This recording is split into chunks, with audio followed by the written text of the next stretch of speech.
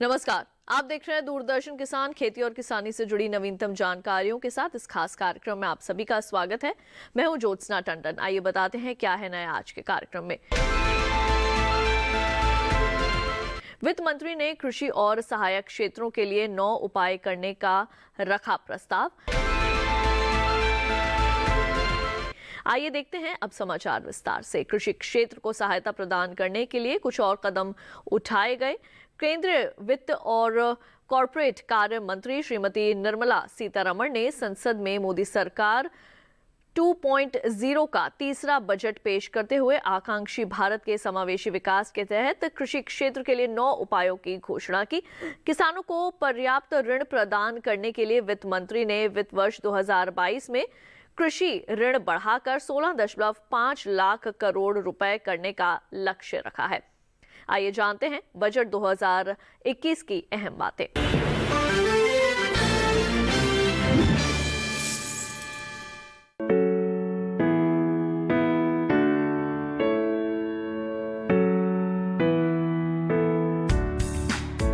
पिछले बजट में पीएम कुसुम स्कीम के जरिए 20 लाख किसानों को सोलर पंप मुहैया करवाने का लक्ष्य रखा गया और 100 सूखाग्रस्त जिलों के विकास पर काम करने की बात कही गई। पानी की कमी की समस्या वाले 100 जिलों के लिए व्यापक प्रयास किए जाने की बात भी पिछले बजट में थी। इसके अलावा 15 लाख किसानों को ग्रिड कनेक्टेड पंप सेट से जोड़ने का वादा था। वित्त मंत्री ने कहा कि बंजर जमीन पर किसान सोलर पावर जनरेशन यूनिट लगा सकते हैं और उस ग्रिड को बेच भी सकते हैं। बजट में रासायनिक उर्वरकों के न्याय संगत इस्तेमाल पर जोर दिया गया ताकि उर्वरकों के अंधाधुंध उपयोग की प्रवृत्ति पर अंकुश लग सके।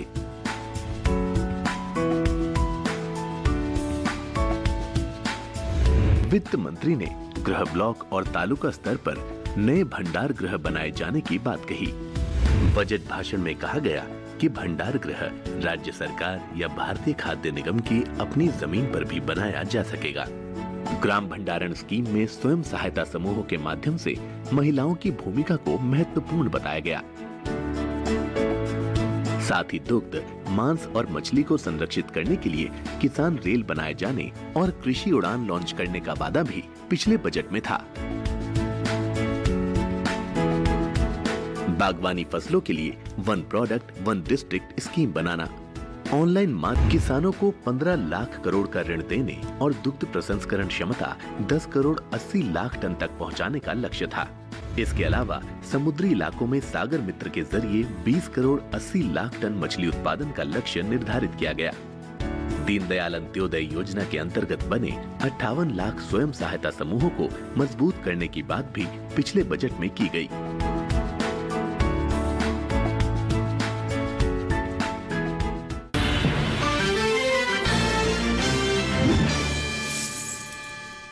बजट के बारे में प्रधानमंत्री श्री नरेंद्र मोदी जी ने क्या कहा, आइए जानते हैं।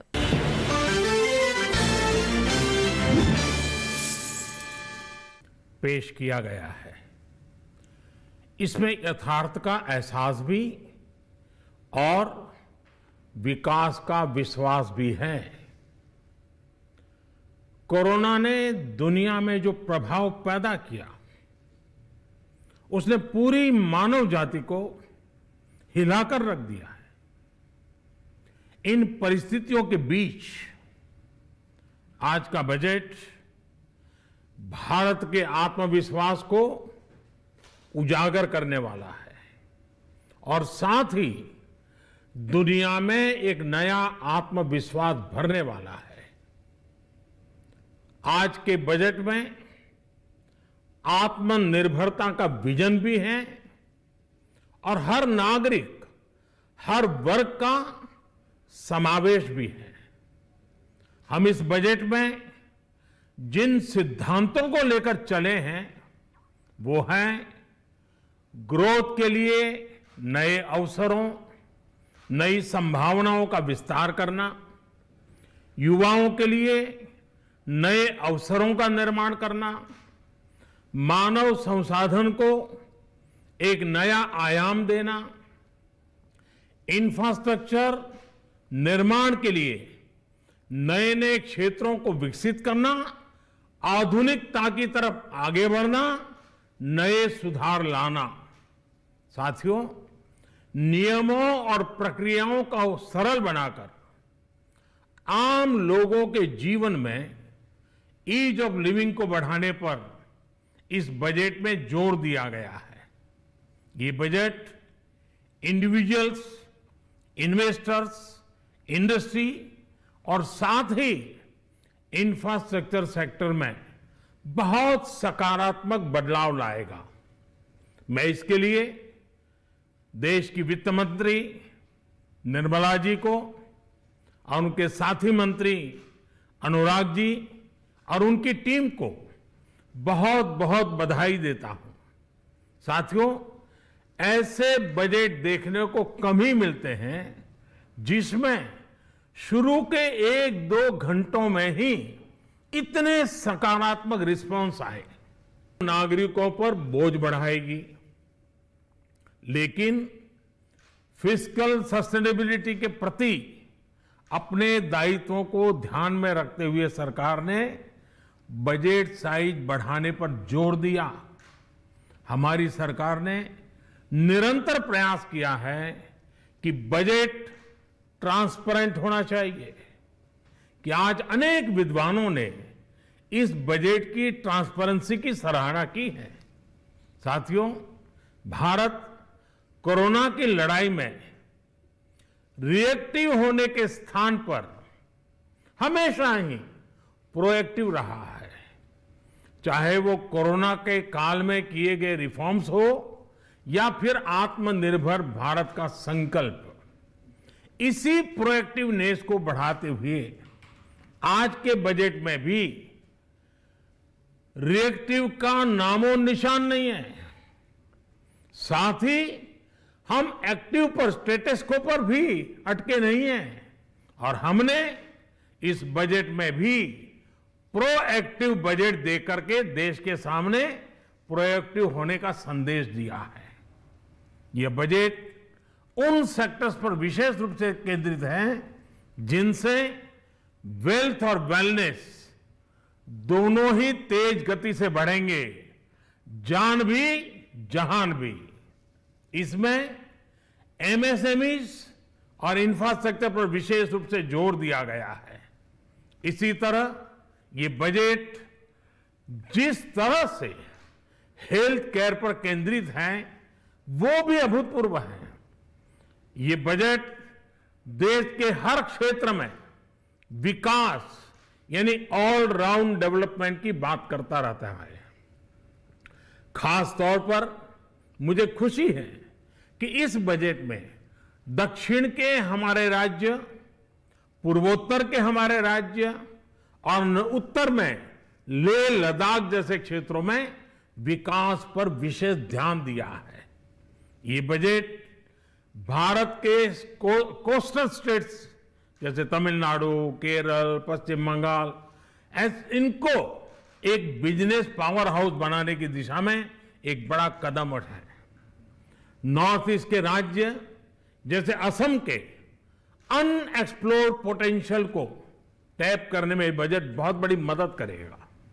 इस बजट में जिस तरह से रिसर्च एंड इनोवेशन इकोसिस्टम पर बल दिया गया है, जो प्रावधान किए गए हैं, उनसे हमारे युवाओं को ताकत मिलेगी।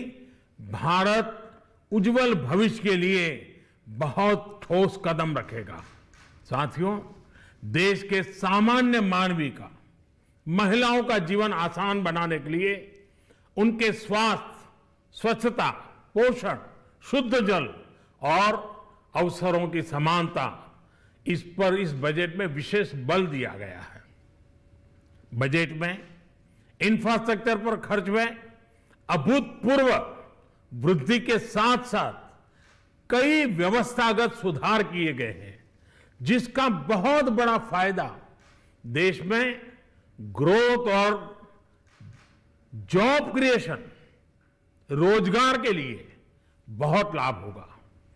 देश में एग्रीकल्चर सेक्टर को मजबूती देने के लिए किसानों की आय बढ़ाने के लिए इस बजट में बहुत जोर दिया गया है, कई प्रावधान किए गए हैं।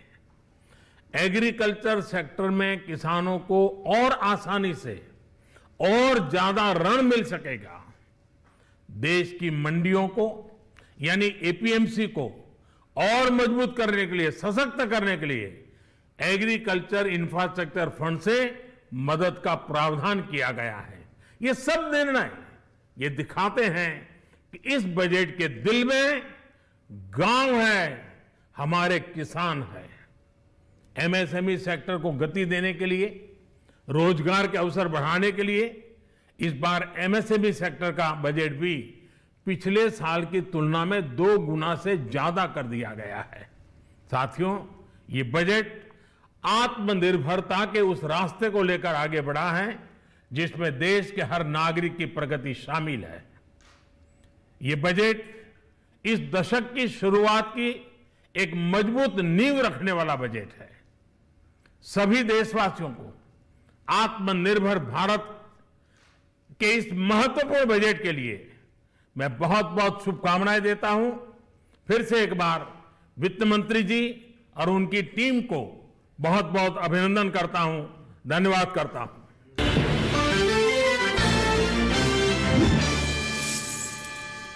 अभी समय हो चला है एक छोटे से ब्रेक का। जल्द लौटेंगे वापस, कहीं मत जाइए, देखते रहिए दूरदर्शन किसान।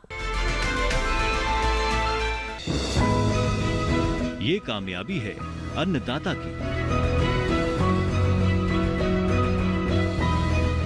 ये कहानी है खेत और खलिहानों की। कैसे करें अपने पशुओं की देखभाल, जानिए गांव-गांव के किसानों का हाल। देखिए गांव किसान सोमवार से शुक्रवार दोपहर 12:05 पर। ब्रेक के बाद एक बार फिर आप सभी का स्वागत है। आइए बढ़ते हैं आगे।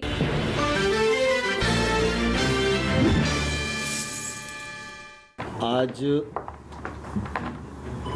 केंद्र सरकार का बजट वित्त मंत्री श्रीमती निर्मला सीतारमण जी ने प्रस्तुत किया। ये बजट बहुत ही अच्छा है, जन हितैषी है, गांव हितैषी है, मजदूर हितैषी है और युवा हितैषी है। इस अच्छे बजट के लिए वित्त मंत्री जी और प्रधानमंत्री जी को बहुत बहुत बधाई। बजट में सभी वर्गों का, सभी क्षेत्रों का ध्यान रखा गया है।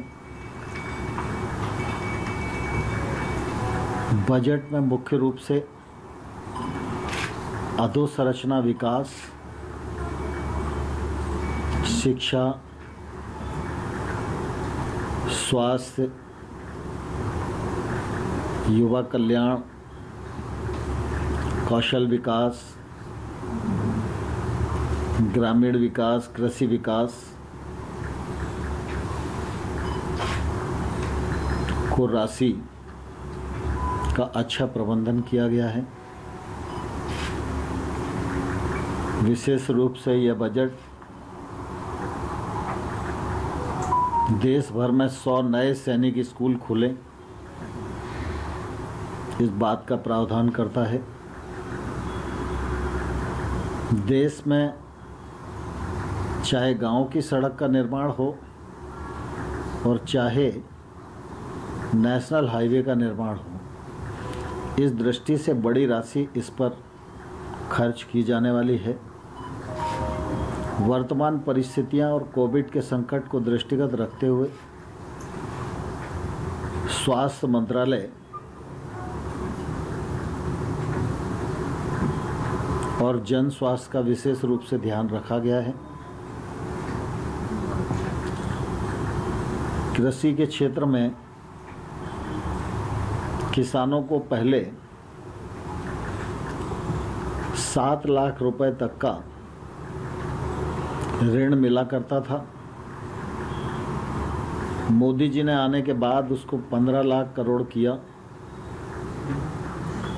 और इस बजट में 16.5 लाख करोड़ का ऋण किसानों को मिलेगा। यह मैं समझता हूँ एक बड़ा प्रावधान है। कृषि उपज मंडियाँ APMC अपने को सशक्त बना सकेंगी, बड़े इंफ्रास्ट्रक्चर वहाँ खड़े हो सकेंगे और उसके माध्यम से किसानों को सुविधा मिल सकेगी। इस दृष्टि से 1 लाख करोड़ का जो इंफ्रास्ट्रक्चर फंड है उसमें APMC को शामिल किया गया है।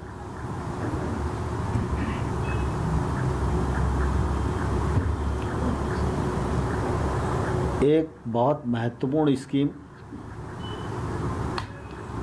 ग्रामीण क्षेत्र में पंचायती राज मंत्रालय के माध्यम से आरंभ हुई थी। उसमें 6 राज्यों के कुछ गांवों को हम लोगों ने पायलट प्रोजेक्ट के रूप में लिया था। स्वामित्व इस स्कीम के माध्यम से 1 लाख से अधिक ग्रामीण लोगों को उनकी मकान का मालिकाना हक प्राप्त हुआ है। अब यह स्कीम पूरे देश में लागू की जाएगी। संपूर्ण राज्य को इस स्कीम के अंतर्गत कवर किया जाएगा। यह मैं समझता हूँ कि देश के लिए एक बहुत बड़ी उपलब्धि है। ग्रामीण विकास के क्षेत्र में चाहे वो आवास योजना हो, चाहे वो राष्ट्रीय आजीविका मिशन हो, चाहे अधोसंरचना की दृष्टि से ग्रामीण सड़क का विषय हो, मनरेगा हो, इन सब में बेहतर बढ़ोतरी की गई है, जिसका लाभ ग्रामीण भारत और किसान को मिलेगा।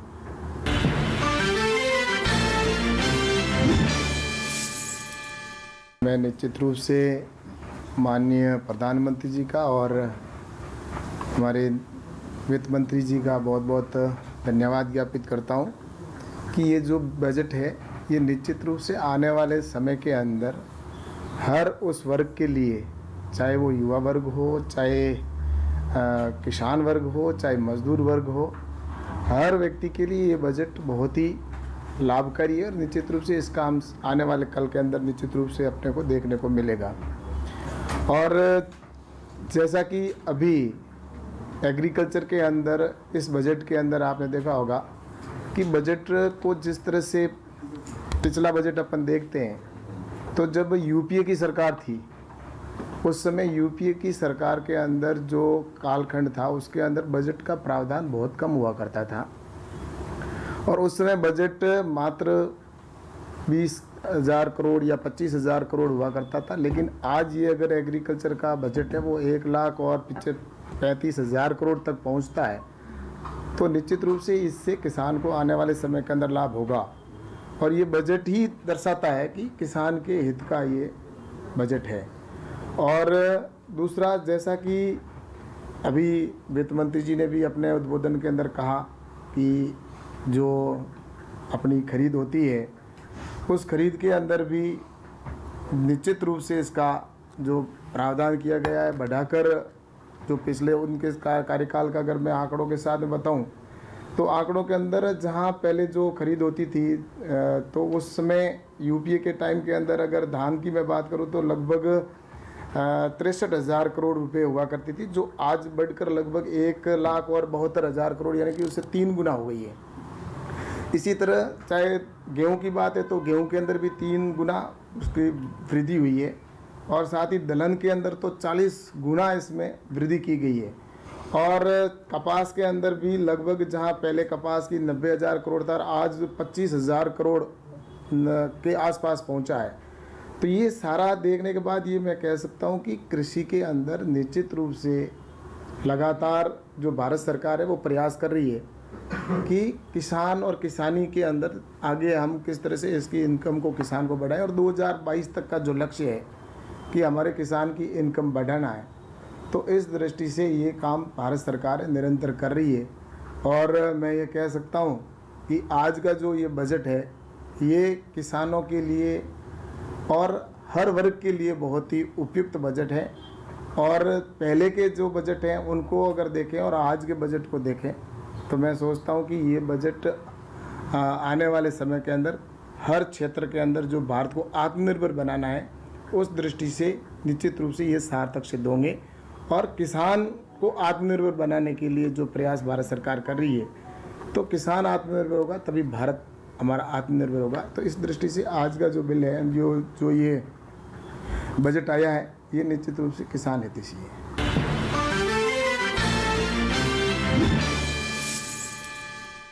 तो आज के खास कार्यक्रम में बस इतना ही। मुझे दीजिए इजाजत। आप देखते रहिए दूरदर्शन किसान। नमस्कार।